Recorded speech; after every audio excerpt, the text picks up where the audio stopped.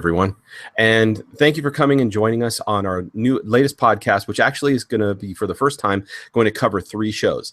It's going to cover Paranormal Lockdown Season 1, Episode 1, where Nick Groff returns to the Trans-Alleghney lunatic asylum in West Virginia. A very storied and terrifying place, but it also covers 2 episodes of Ghost Hunters, where I believe the last one was episode 200, and I forgot what the other one was, and Ghost Adventures Season 3, Episode 1. Now, the reason for this is because every single one of these shows has a different focus, and you can get something out of each one, but more so, I believe, from the Paranormal Lockdown Season 1, Episode 1, because people had been investigating the lunatic asylum so much, and during the restoration of the place in order to turn it into a sort of a historical landmark, things were more active when Nick Groff returned for the last time to that place than ever had been active before. For those of you who've watched it, there is an event that happens towards the end of the lockdown, I believe at hour 63, that was beyond terrifying to some of you, because it was, in a word, unique. But before I get ahead of myself, hello, welcome to the show, Lori. Hello, Joel. The rest of the folks are either asleep or occupied, so we're going to be making do with just a couple of us. Lori, because of being sick, unfortunately, was not able to watch this, was not able to see any of the videos. So it was, I guess, it's considering her debilitable condition, it wasn't a fantastic thing to expose herself to anyway. But Joel, your thoughts on, I guess you were watching the most, did you get to see Ghost Hunters 1? You're muted now, man. You have to click that button that says mute. Getting there. Hey, I got there. Okay. Sorry, my phone had shut down for a second. I seen it a while ago, and I remember it kind of left a mark on me, which is why I was kind of excited to be able to watch some other shows that talked about it. I was just watching the Paranormal Lockdown, and I was really impressed and excited how when they first got to the women's facility, and so quickly they started get EVP, intelligent EVP, which was pretty cool. And before they even started to say much, just when they rolled out the floor plan of the buildings, the plans of the buildings on the site, you can feel that. I could feel that energy there, that there was a lot that was going to be going on, that you could sense a lot happening, and just things watching and just taking interest in what was going on. So yeah. Now for a great many of you, you're going to be asking, why in the world would a place like this seem to have that much energy stored, and why would it go nowhere? Why would they simply not pass on? Well, there's many reasons, and we're going to go over that before we get into the meat of the shows. The first reason, the very, very first reason, is understanding the nature of the other world, as well as understanding the nature of this world, and how things of construction and artistry and artwork branch from our world into that. Now, some would have you understand that the inspiration for great artistic works comes from beyond, or in some cases a metaphysical link or a gifting, so that a person is able to craft and create things that have never been seen, felt, smelled, touched, tasted before, or unique in the way that they are put together. And the Trans-Alleghney lunatic asylum was one of these things. Understand that this gigantic structure is the largest handcrafted and sculpted stone structure in the United States, created by Irish artisans that were brought over in order to create this very specific thing. Originally intended to house only 200, this facility ended up housing more than 2,000 people. 2,000 people for infractions as slight as not being able to recognize your mother's ancestry or something like that. Not joking. This literally is some of the infractions that people were put away in a lunatic asylum for, speaking with spirits, for just being mentally retarded, etc. These people were housed in this facility to the point where eventually rooms that were supposed to be gathering centers, areas for training or for helping with recuperation of patients, ended up being metal beds stacked end to end with very little room to get around them, where people were actually shackled to these beds. This structure, this artistic structure, this fantastic, if you haven't seen pictures of it and you're not gifted, I highly recommend doing so. This building is from top to bottom crafted to be a wonder to look upon.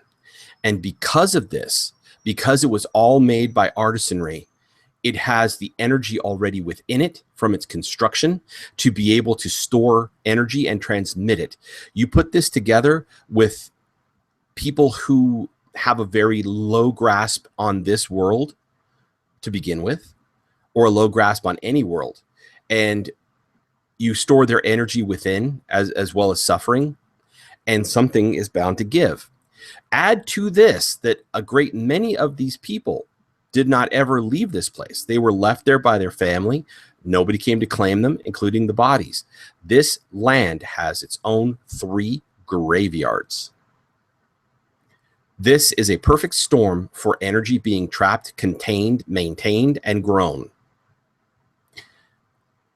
So unlike a great many other places that you could go to where the energy will dissipate when the building is torn down, this place will not be torn down because it is artistic and because it is so beautiful. And it will also be maintained so that future generations can see it. But even if you were to blow the place up with a bomb, that land and that structure itself still will exist for probably all eternity as a reflection within the astral plane because of what was done there. And that is possibly the greatest reason why these spirits cannot move on. Aside from the mental health issues, aside from the torture issues, this energy has been once contained within a facility that was artistically crafted, that it could exist not only in this world, but the next, has made it an epicenter for energy. So, sorry, that's the dissertation I needed to give on this, because people I knew were going to ask. They're going to ask, how, why is this happening here? We're not dealing with land that was held sacred by Native Americans, etc. We're talking about something that was crafted, created, and from the ground up was turned into this nightmare. And I do want to express that this is a nightmare. This is not like when we talked about the silent movie theater. This is not like when we talked about going to places that were benign. This place is not benign. This place will hurt you. I believe it was another insane asylum where a child of 14, 15 was thrown down an elevator shaft because he dared to go there and was tricked into being too close to the elevator shaft, and a ghost hurled him. In this place, the Trans-Alleghney lunatic asylum, people have been hit, have been slammed, have been punched, have been tackled, have been, okay, this is not the kind of place you go to because, oh, this is fun. Let's see if we can stir the pot and see what will happen. You are listening now to my very direct and very specific instructions. If you are gifted, do not go here. If you are not gifted, do not go here. If you are not prepared to pay the price, karma will come after you. This is someplace which I do not need to impel you to go to, because idiots will do what idiots will do. For those of you who are listening, this is not someplace you want to go to. This is someplace you want to learn about at a distance. Let other people take the risk and don't go yourself. This is more proof of the metaphysical. This is proof of what happens when you die. This is us explaining to you what we see, be out of interest. And please keep these things, these images, inside that people aquarium called a TV, and stay away from this place. I have no motivation of my own to ever go here. And I mean that in all honesty. Unless it was to rescue someone whose life and limb were on we're basically in danger. Yes, I could see me doing that. But other than that, this is someplace to stay away from. This is an epicenter of danger and damage and insanity. And when looking at this place, you do realize that insanity is how should I say it? Insanity is a thing, like alive, and it stays around, and it sometimes latches onto people, and you can see it, and it can stare into you like a living animal, like a communal disease. So, sorry, go ahead, Joel, and you give your 10 cents worth. Yeah, there's a lot of places that people like would ask if I would be willing to go to. I will be willing to go to a few lighthouses, just a few like places that are known hauntings. This is not one of them, for sure. No, thank you. There is definitely there's definitely a vibe, like when you watch it and they're going around, that you definitely can tell that there's something that you shouldn't be around for. I don't think you'll be hard pressed to talk me into going any place to go in here. And I might be able to go on the grounds, but I probably wouldn't go into any of the buildings. Just no, thank you. And did you get the feeling like the lack of sanity was like an amorphous cloud that hung within the building, and it was like when they had the outside shots of the building that ghost hunters took, which are phenomenal. Oh my god, phenomenal. I saw them and I could feel the insanity, as it were, as if it were a thing, an animal staring at me. Okay. Yeah, I've seen it from people's eyes looking at me, but never from a building. Never. Well, there's definitely when you talk to some Native American cultures, some indigenous cultures, you'll hear them say that an area is sick. That is a true statement. Just as a person's energy, a person when they're sick and they can have it disrupts their energy field. Areas can have that, and this definitely feels like it's one of those areas. And I think what it is it was such a concentration of so much, so many different types of inhumane acts and so many gatherings of so much disruptive energy that it actually took on that. It changed the vibration of the area and kind of mutated it. So this is definitely like an area that could use like some healing, but I don't know on the scale of how one would go about doing that. Well, it comes back to the fact that the building itself was artistry. It's artisan crafted. So everything that you could do would be deflected by that reality. The place is literally crafted in such a fashion that it was meant to stand for all time and be an artistic work. And now it holds all of that well within itself. The place is astrally present. The whole building's astrally present. Anything that tries to move from one room to the next can move through the walls, but from the outside to the inside, astral, you can't move through the wall itself. The outside walls. The outside walls are as solid as granite, even to astrally projection, astrally projected material. It simply can't pass through it. It's going to be like passing through another spirit. It can't be done. And that's what I got from looking at the outside of this building. Until I read some more of the history of it, I had no idea why in the world such a structure would be like that. And apparently this is the second largest stone carved building next to the Kremlin being the largest one. So just giving a little geeky, information. There's some history there. Now, to get to the meat of the show, uh, each of the shows starts off with them going into different locations, and there are several wings to this place because the building itself branches off and builds backwards away from the front of the building itself. Everything seems to go towards the rear, and there was apparently during the Civil War there were soldiers that were billeted there, as well as ones that were being treated there for injuries, and apparently a great many never left. In the Confederate wing, when you watch the Ghost Adventures, season 3, episode 1 live event, that's the first place that they go to, and the first thing they start hearing is a woman. This is one of the things that you mentioned happened in Paranormal Lockdown season 1, episode 1, where they start getting EVPs of a woman. And the reason for this is because according to the Ghost Hunters investigation, episode 200, during the attempt to try and refurbish and make the place look as it did, a century and a quarter ago, they've actually found that 3 spirits have detached themselves from the communal mass. One called Jane, a Jacob, and I've forgotten what the other one was, but I know they called it the 3 J's.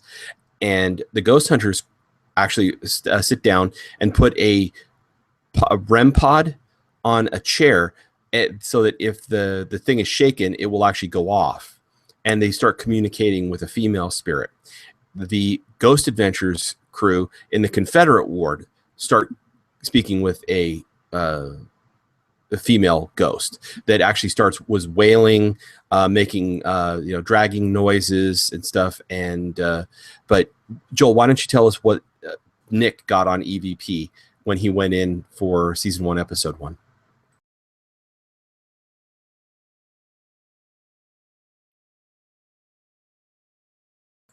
Did your phone disconnect again?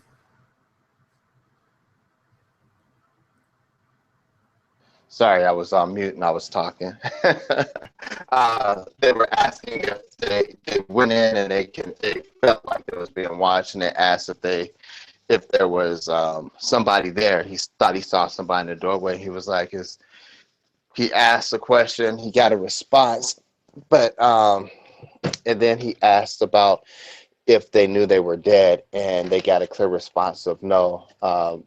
You couldn't really hear it on the screen, but they had the people that were there, Nick, his partner, and the lady that was taking him in, they all could hear a definite like no.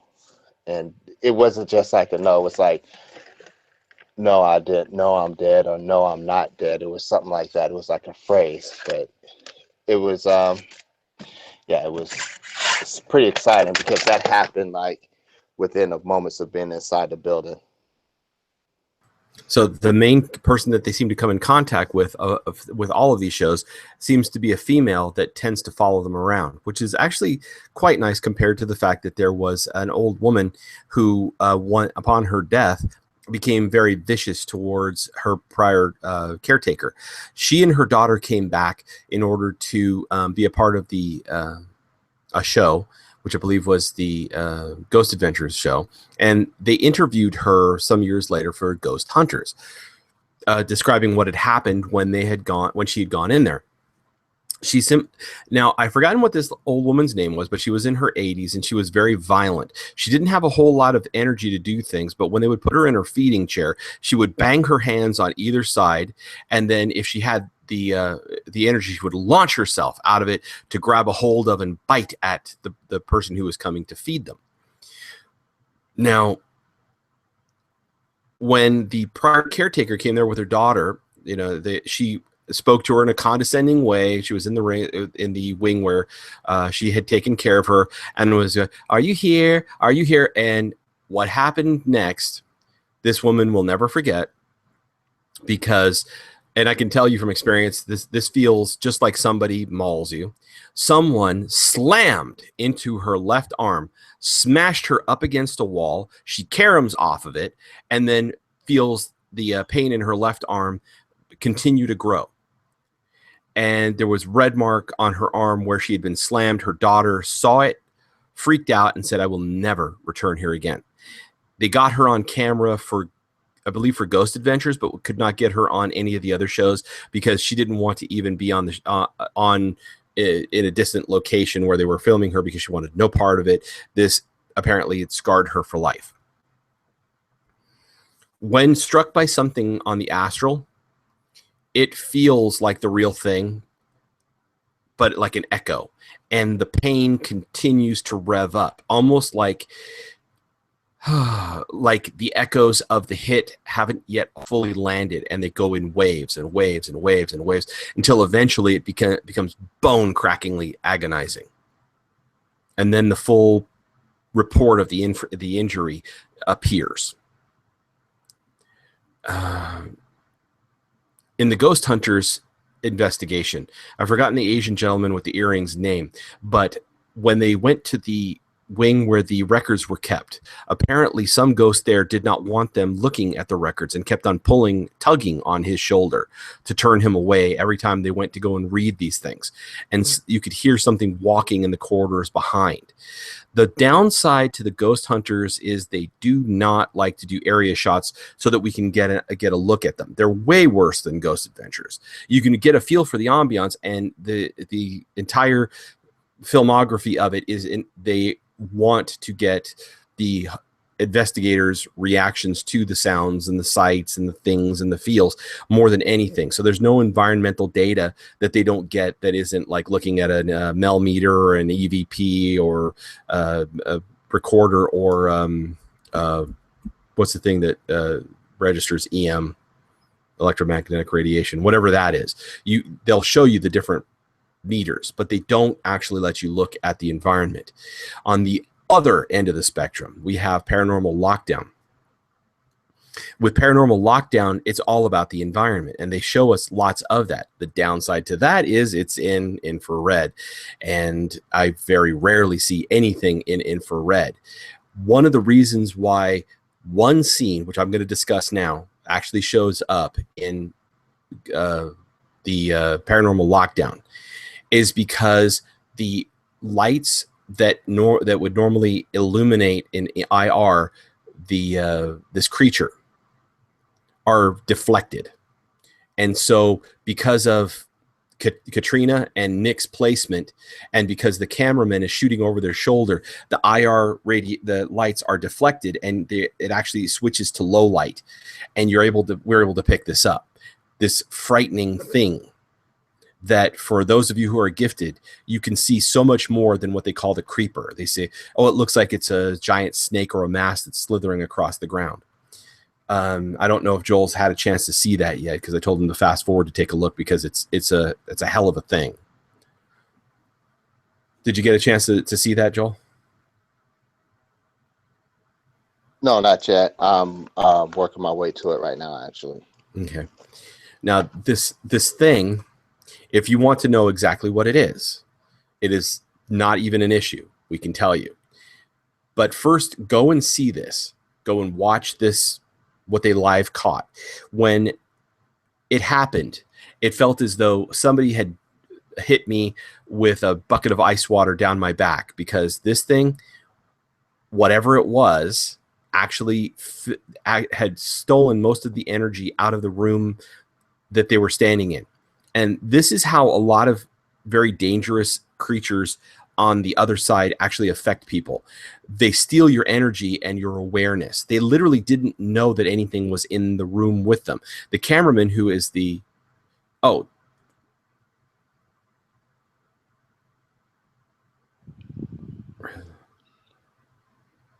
Okay, I'll get to that one real quick. They actually numb the world to the experience of being around them, sort of like, I guess, like a numbing poison, so that they don't know that they're being drained, damaged, affected, approached. Only the inexperienced or not as dangerous creatures from the other side, or ghosts or spirits or whatever you want to call them, approach and have a very overt feeling, that leave a very overt feeling, or the ones that don't mean to give a negative feeling. Those are the ones that have an overt sensation, even for the ungifted. But this thing, had completely masked its presence to all but the cameraman, who was able to pick up the creature and was staring right at it on his camera. And this is the danger, because a great many of these creatures can simply put themselves present and begin to siphon you off, or get into a position where they can strike when you're vulnerable. Hence the reason why I warn people about such things, because the boy who got thrown down the elevator shaft, the woman who got smashed into the door frame and her left arm badly, or shoulder badly injured, and her daughter freaked out. This is actually only some of the attacks that happened in that location. But now to address Ginseng's question. Ginseng. He says, hi, I am just listening today. Can a hole be made into the astral presence of the building in order to let trapped spirits inside to escape? The simple answer is yes, they can. It can be made. And we actually did that in the, when we dealt with our first case, which was the apartment. Joel, you remember that? He's on mute again. Yeah, I remember that. I mean, yeah, just about anything can be done. It's just a matter of if it should be done. And then comes the other option of, once you do it, do they want to come out? Not everything does. When things are in a place like that, their continued existence sometimes is predicated on maintaining their position in where the energy is. It's sort of like saying, if you were able to make a hole to outer space so that people could escape the Earth, would they want to go there?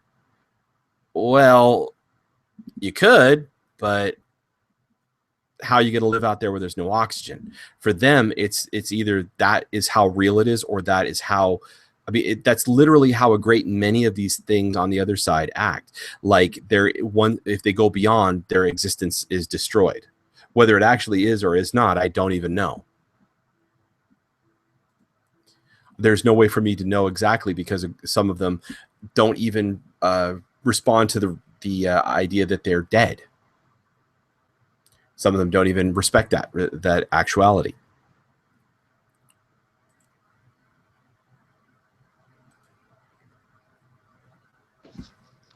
Yeah, there's that. And the other thing is if they do leave and that's their source of existence, they're going to have to find something else, some other means to keep that energy going. So they'll either latch on to the nearest bystander that walks by, which is also not a good thing, or they could, if they have enough force of their own, they could possibly find a ley line or something that's nearby, travel along that, and then find a new place just to stay. So you don't necessarily always want to go in and just set things free.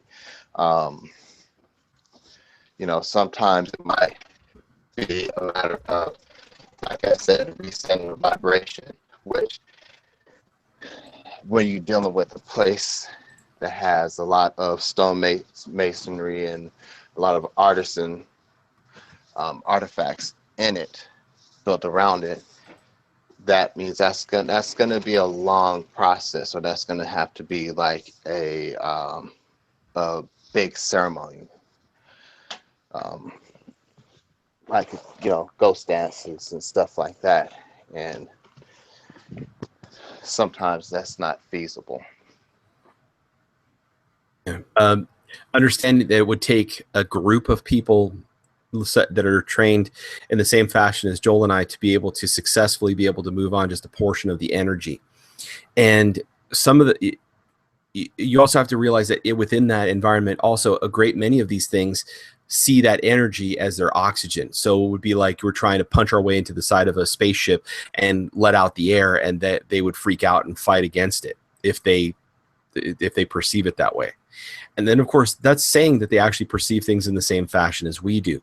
A great many of these things are always reliving these horrible, horrible events that led to their deaths. When Zach and his crew got into the experimental ward. Oh God, shit! I really hate that one. I'm sorry. I'm just getting flashbacks of the stuff I saw. Oh God, it raises the hackles on me. Something horrible. Some of the energy, a great percentage of the energy that was built up from all of the experimental surgeries, the ice pick lobotomy, the ice pick lobotomies. I'm sorry, I'm trying to keep it together here. The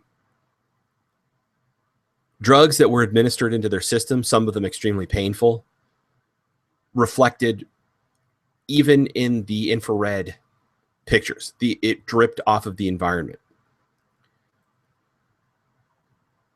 I'm sorry, that part of the shows was really the worst. The hopelessness, the depression, the mania involved in that area, that energy was as thick as cookie dough in the air, and was exemplar of how some things are not aware enough to escape, to even know that they shouldn't be living this thing over and over again. Rather, like if you've ever had a bad dream that was stupid and it kept on repeating itself because your mind wouldn't let go of prior day events, and you get up, you have a drink, you go to the bathroom, and then you go and lay back down again to go to sleep, and God damn it, that dream comes back.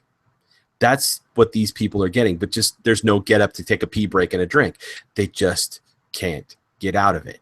And they keep reliving the pain and the discomfort and the agony and the hallucinations and the electrical shock. And this place had become inhumane. That wing where they were doing the experimental stuff was inhumane beyond belief. A graphic representation of the lunacy that went into attempting to correct mental issues that people were employing. If you want to see a movie that will freak you out and at once scare the living shit out of you, the House on Haunted Hill, the remake. Vincent Price is a fantastic actor, and he made the original one scary because he was one of the greatest horror actors and emulative actors ever. And he made that the first movie. But the special effects, the story, the visceral exposure to this level of cognitive disconnect, this emotional disconnect, that the people that they were dealing with were human despite being insane. Because it's very easy to face something that is unfamiliar in this way and to dehumanize it and go, anything is fine, because this isn't a human being anymore, and rationalize whatever it takes because we might be able to help the next person. And that soaks into the environment as well, that emotional disconnect. We lost Joel. That is the horror involved in the experimental and surgical wing of the Trans-Alleghney. And I hope to God I never get exposed to anything like that place on TV again. And I believe, I could be wrong, I think that's where they actually encountered the creeper that I spoke about. Now, so I'm going to go into exactly what this looks like. On the screen, when Nick and Katrina, in their Series 1, Episode 1 of Paranormal Lockdown, they are confused as to why their cameraman is acting up, and he was freaked out and trying to maintain his composure and to be quiet behind the camera, but it didn't help. Things quickly spun out of control, and he was moving side to side in order to try and maintain this thing in the picture. Now, when this came onto the screen, as I said, it was like a bucket of ice water to my back, and I could feel the thing and they could not. On later review, when they finally got a chance to look at the thing on the camera, what you saw was, well, for the uninitiated, it was a mass looking like a long thing slithering along the ground. But that's not what gifted folk will see. When Joel gets there, he'll be able to tell you exactly what he sees. But here's what someone who can actually see ghosts sees. A bald figure laying on the ground with his arm out in front of him, and that's his right arm out in front of him, and his right leg behind him, pulling himself along the ground with his fingertips of his right hand and using his functional left arm and left leg like a stroke victim, trying to pull himself along the ground and looking towards the camera almost angrily that he couldn't stay there, and pulled himself from one door into the hallway, across the hallway, and into another door. So now those of you who've been curious what the hell that was, it was a patient. It was not a thing. It was once a human being. Sorry. So you got disconnected there, Joel. What happened? Yeah, I had a phone call come through. Sorry. I took care of the phone call. I'm currently coming up to the portion that you're talking about. I'm like 37 minutes into it. And they're looking at something coming up behind them. And it's weird because there's something standing behind them, but there's also something on the ground. Yeah. And it's weird because it's like I was listening to how you was talking about it, but it's the way the arm moves is just like freaky. Yeah. I just it's and they only catch a flash of the thing that was standing in the hallway because it ducks away quickly, and the thing that crawls across the hallway is the only thing that they really catch in a major way. Yeah, it's weird because it's the arm is kind of spastic. It's slightly it's weird. Yeah, you see what I'm talking about? And that, I can understand how they would think it was, serpentine, but it really isn't. It's like tortured, like like a stroke victim or something. Like the limbs don't work exactly right, but the left leg and the left arm kind of do. But God, sorry, I got the angry. I don't know if angry would be the like. I don't get an angry feel from it so much as tormented. I mean, it's definitely. I got an angry vibe like that. It couldn't stay. Like it had been told to leave the other room and it wasn't allowed to stay.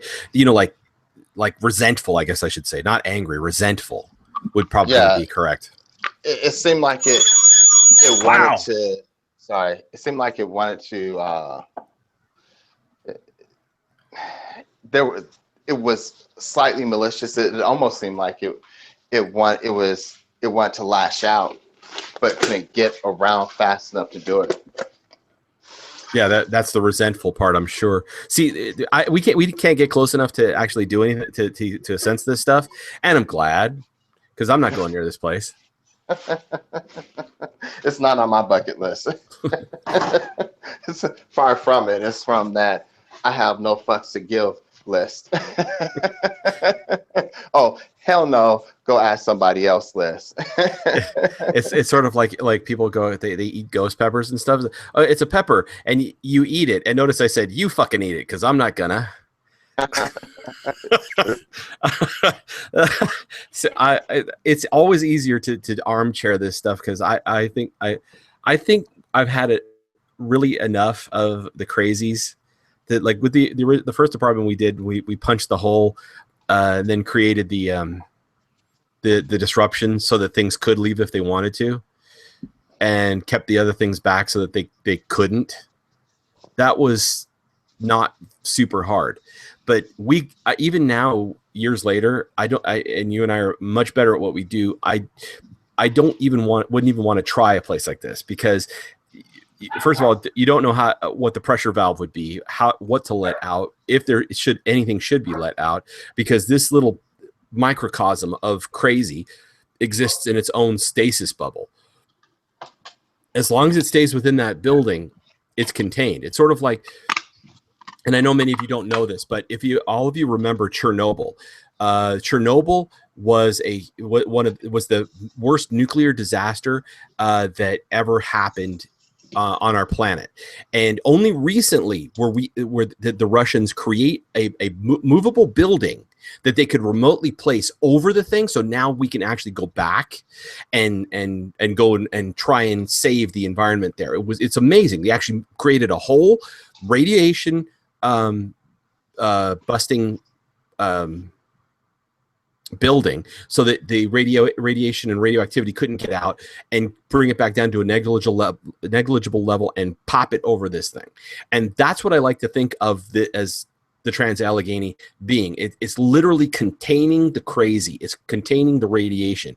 If you let it out, where's it going to go? I mean, would you want to let it out? It's like letting out the radiation. Oh, the radiation needs to get out from Chernobyl. No, I don't know if I'd agree with that. Let's see. Can a healing thought form be created in the astral to be in a building such as that one that could go around and heal or show compassion to the troubled spirits inside? Yes. Yes. You can. Oh, sorry. Notice I was off of mute real fast for that one. Yes, it can. And that would be the way, that would be one thing to do. You could possibly, I mean, it would take a lot, is the one thing. You would have to, man, the amount of time and manpower. I wouldn't want to go in by myself. And this once again, you'd need a circle of people. You'd need a circle of people to do that. You couldn't do this in a single. You'd need a circle. I mean, I would want people from as many cultures that could deal with this as possible. And this is the kind of, because of the crazy level that's in there, I would want it's over 9,000. Yeah, I would want Maoris to come and help keep everything contained with a haka outside. Yeah. In order to reflect a lot the healing energy and the directing energy, because their force of will when doing a haka can be directed at places like that in order to be able to help bolster up and direct chaotic energy. That is the nature of a haka. For those of you who don't know what a haka is, look it up. It's one part dance, one part prayer, one part blessing. It's an amazing thing to watch. And during the North Dakota pipeline, there were people who actually came from New Zealand, Maoris, in order to do haka, in order to try and bless the land and drive off the lunatics who want to destroy native burial grounds in nature in favor of putting a goddamn oil pipeline down. And this one who's on film, I should actually put the link into the low bar. When he starts doing it, the energy that he derives from the earth and directs across the way at these idiots doing their pipeline laying and destruction of the native burial site at the fork of the river was immense. But he was just one person. If we had a group of people like that and a great many healers, gifted healers like Joel, it's possible to go inside somewhat safely, so long as the energy is being sent our way, and be able to help move some of them on, detach them from the energy, and help them to understand who they are and what they are. That's actually the first process. I'm sorry, Joel, I'll let you go on from there. No, you was fine. That I agree that would be. I would rather have. Yeah, I would have that going on outside, probably inside, and I would want to have like a. Oh man, like a priest or paladin or something up front that can help keep a ward as you are going around. You want to have like a safe, sacred space to work in as you're walking through constantly, because you wouldn't want to be exposed to any of that. It's like you wouldn't walk through radiation to go clean it up without having protection, nor would you go through a building like that and expect any non-corporeal thing to not fuck with you as you're walking through. So I would definitely want some sort of protection, some sort of shelter to go through and to keep you safe as you're going through. Because like I said, you don't want to take any of that back home with you or be marked by it. And just how we wouldn't want to go back to any places like that is specifically because once that kind of thing, once you feel an attack like that, it leaves its mark, and you just know better. You know, it's not something that you want to have happen again. You know how visceral and real it can be. You don't want to be affected in that way again. Yeah, I was actually getting my right shoulder pains from when the thing rammed through my right shoulder at the apartment. I was feeling that while I was watching this. I kept on, it's like phantom limb pain. I kept on remembering it. That's how acute some of these things can be. When we talk about PTSD and the metaphysical can leave them on you as well. I can't actually watch certain movies. I can't watch things that remind me of when I was a child and exposed to this sort of thing. And I can't, stuff I can't watch again. I'm starting to get a twitch, like a panic attack trying to come on because I just was thinking about the Sixth Sense. Yeah. Certain scenes in that can't go over that again. The Shining. Oh, sorry. The TV miniseries was actually shot it in the actual hotel. Yeah, I can't go through those again because once the mind is not fragile, it's quite strong, which is why I'm still here. But no, you don't, just like somebody who's been damaged in war doesn't go back to the battlefield because it's like, yeah, this will be great fun. You know, you'd think people would learn from when we say there's places you don't ever want to go in the first place because these are memories you can't get out of your head. These are injuries that leave a mark without leaving a scar that can be seen, I should say.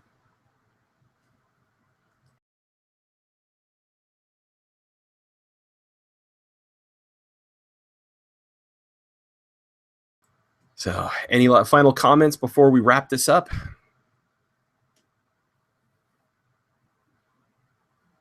Any last questions?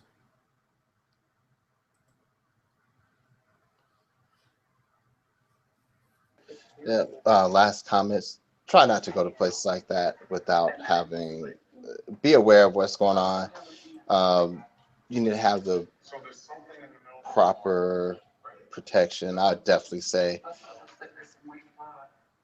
like, if you do decide, if for some odd reason you do decide, I would get blessed before I go and blessed afterwards, and just be careful. I just wouldn't recommend it at all. And let's say you have to work at one of these places, okay, and you're stuck working there, and there are some hospitals that are like this, especially in Los Angeles, that have lots and lots of things that tend to follow people around even after they've left the hospital. There are chapels, I believe, in almost all of these. Go and visit them just for a few minutes. It usually, if you're being followed, will drag a spirit to peace, or at the very least disconnects you from their ability to easily follow. I'm not saying if you're Jewish, go into the chapel because it's Christian. No, just so it can any place that has been sanctified can disrupt the grapple that some of them put on your vibrational rate to follow you. And if you have to work in a place where you're reconstructing something like this, you have my sympathies. If you get into trouble like that or something's following you, find someone similar to Joel and myself. And I don't mean a paid person, okay, because we aren't going to charge you. If there's people out there who are charging you, they are, I don't know, assholes. Making a living, who is it? Yeah, this is perfect. Making a living on the dead is nothing for a living person to be doing. I believe that was from the Frighteners. Okay, leave the dead dead. Stay away from them. Don't rile this up. There's plenty of things in nature to find, plenty of spiritual things in the world to find that aren't going to attack you, eat you, cut you, slash you, throw you down down an elevator shaft, all that stuff. Okay, there's no need to go looking for trouble. Trouble will find you enough in the physical world. If you want to see other people's experiences, great. Just please don't go and stir the stuff up yourself. And if you do, or if you inadvertently did, once again, find someone like Joel or myself. Find people who are willing to help you. You're not going to be able to find us in the yellow pages. You're not going to be able to find, you're going to have to look in the margins. You're going to have to put out feelers in areas, or you're going to have to ask people who are experienced, who know. People like Amy Allen, who will send people your way who are not going to charge you for this sort of thing, who actually know that this is their calling. Or if they do charge you, it's not going to be, oh God, like, oh, you're going to have to fly me out and you're going to have to put me up in a hotel. And no, you can usually find people who can refer other people. We know lots of other people in other areas that can help and we're trying to make this network larger so that we can reach out and help people more efficiently with other people's help, so that we don't have to travel ourselves. A lot of times you'll be intuitively drawn to these people. You'll just, for some reason, want to just have a discussion about this kind of stuff when you normally wouldn't. I find that, at least for me, the people I run into seem to be the norm of this kind of thing. Okay. So I'm going to wrap this broadcast up, and once again, I thank you all for coming and experiencing this with us. Hopefully, if you find anything interesting in the videos that we didn't discuss, please pop it down in the low bar. Like, comment, and subscribe. Please, if you like the video, give it a thumbs up. If you didn't like it, give it a thumbs down. Making comments like, this is total crap, is idiocy. Please keep those kind of comments to yourself. We want constructive criticism. Tell us exactly where we went wrong, what you want to hear, what you don't want to hear. If we went on about something too long, if we didn't go on about something long enough, let us know. We're here to try and help share our vision with you and what we know and what we've seen. And all we want to do is get better at this, and we want to grow the channel so that we can reach as many of you who are in need as possible. Once again, this is not a for-profit thing. Joel has his business, I have mine, and this is something that we do in order to be able to help reach the folk who need the help. So may you be blessed by all that you hold dear, and until we meet again.